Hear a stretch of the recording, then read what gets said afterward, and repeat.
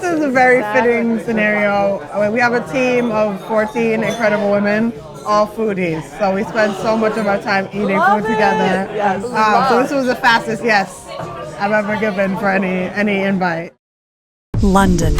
It's a city that will put you under its spell, but don't follow a crowdsourced TripAdvisor list of 10 things to do here. London is a great ancient city, and it has shown time and again its constant state of adaptation and evolution. From wickedly good controversial public art, to historical pubs reimagined by women chefs, to a walking tasting tour of the only cheese market in the city, to the entrepreneurship of a traditional black cab, London is calling you. We strongly suggest you answer. The Gladstone Arms is a long-standing pub south of London Bridge, now operated by Megha Khanna, where she serves up excellent pours and pub fare with a terrific Indian twist. We met up at the Arms for some nosh with Susan Allen, an entrepreneur who, with her partner Tara Chandra, launched the organic feminine products line Here We Flo. We see no problem whatsoever with a conversation about tampons while eating and drinking our hearts out, and neither should you. Take us back to, I want to hear about the bathroom conversation that you and Tara had. Yes. Like, what was going on? Like, where were you and why were you in the bathroom? And how did this, like, what was going on that led to that discussion in the To bathroom? be honest, we were probably skipping a class. Sweet. All great businesses are started Because, we were going to the bathrooms and chatting because we're always chatting. And I was just inspired by the classes we were taking, and I said, like, let's start a business, let's start the Feminist Mafia. And what that meant to me at the time was, like, I wanted to create a business that was good from, like, cradle to customer. Because you know about the PayPal Mafia and all these huge male-led contingents. And I'm like, you can do business the right way, ethically, from start to finish. So let's do that. Because my background is in social justice, so that's my passion. And Tara is crazy hippie from California, basically invented kombucha and almond milk. And so when I suggested this Feminist Mafia idea, she's like, absolutely, what's a moneymaker gonna be? And she couldn't find organic tampons at the time, and I didn't know what that was. And so she explained to me and took me through all the health benefits, explained that what I was used to using actually wasn't cotton, but was made from synthetic materials like rayon. And then I had actually, when I was in university, had someone on my dorm floor that had toxic shock syndrome. So that was like an existing fear for me. So I'm like, done. And actually, since that conversation, even before we started the business, I've not used a non-organic tampon since then. Like, it was that impactful. Luckily, we were studying at the London School of Economics, so we were surrounded by professors that majored in, like, business and marketing, all of these things. And so we were able to get input as we were building the business idea. So much to we were 2 of 6 women in our program. And so the other 17 guys were tired of hearing about tampons and pads in every class presentation. But it was really helpful in developing the business idea. And then my co-founder Tara did her capstone project at the end of the degree on the business case. So when we graduated in 2015, we had like a full-fledged vetted idea. It took us another 2 years to sort of like get the confidence up to do it, and we launched it with a Kickstarter campaign. So we pre-sold $20,000 worth of product. And I should have brought some with me, but we have our signature product is sort of our tampons that come in an ice cream tub.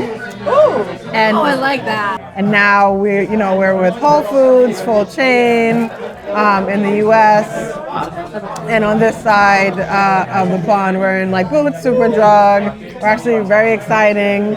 Launching with our first grocer on Monday. We're launching with Tesco, which is the biggest supermarket. That's huge. Yeah. That's a big deal. Congratulations. Thank you. Yeah. That's awesome. That's what's been taking up my time since the start of the year, but really excited for that. And so, we're just continuing to build slowly into more doors, but the vision is really to be everywhere that you see any other conventional brand to give people that sustainable swap. So funny enough, like I grew up knowing that I had British citizenship. It didn't mean anything until I came to study. My mom is the last of 10 children, and 3 of her older siblings settled here. So I still have cousins in Wales that I haven't met yet. Wow, Wales. And, yeah, so when I came to study, it was actually really comforting because I got to reconnect with my family. And it's so funny, even though we didn't grow up together, it's like that instant connection where it's like, and so that they were able to sort of like take me around the city and teach me around all these different things. And before I moved here, I was living in New York. And it actually felt like a really great combination of Boston and New York for me. Yeah. And just felt really comfortable. So even after my first module here, I went back home to my husband and like, yeah, we need to move to London. And so at the time I was still, until we sort of like got off the ground, I was still working at the foundation. And so they transferred me here to lead our diversity and inclusion work. And though it just worked perfectly, I moved over here and then was able to build out the business with Tara. That's awesome. Until we got to the point where I could do it full time. So what's it like being an expat in London? Or do you consider yourself an expat, by the way? I am. I mean, I don't have the accent. It's really funny because I have my British passport. When I'm traveling and I give it to them and then they hear me speak, they're just very confused. Yeah. So, and they're also like, where's Christianstead? Because I was born in St. Croix in the Virgin Islands, so it's just a whole bag of confusion. But it's really comfortable. I think what I've learned in even traveling around Europe is that you do have a sort of American privilege, where you're treated differently even from other Black people who they see from immigrants from Africa or other places. So I think it's pretty comfortable, and I think since I had my son and just being really conscious of all the gun laws or lack of gun laws in the U.S., it's also felt much more safe here, being here and raising him here. This goat bow. Good? Oh my God, Becky. Excuse me, sir, would you please get a shot of the pie? Who is this? You try it? Yeah.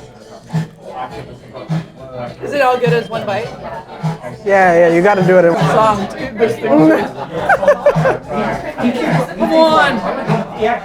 Come on, Grailer.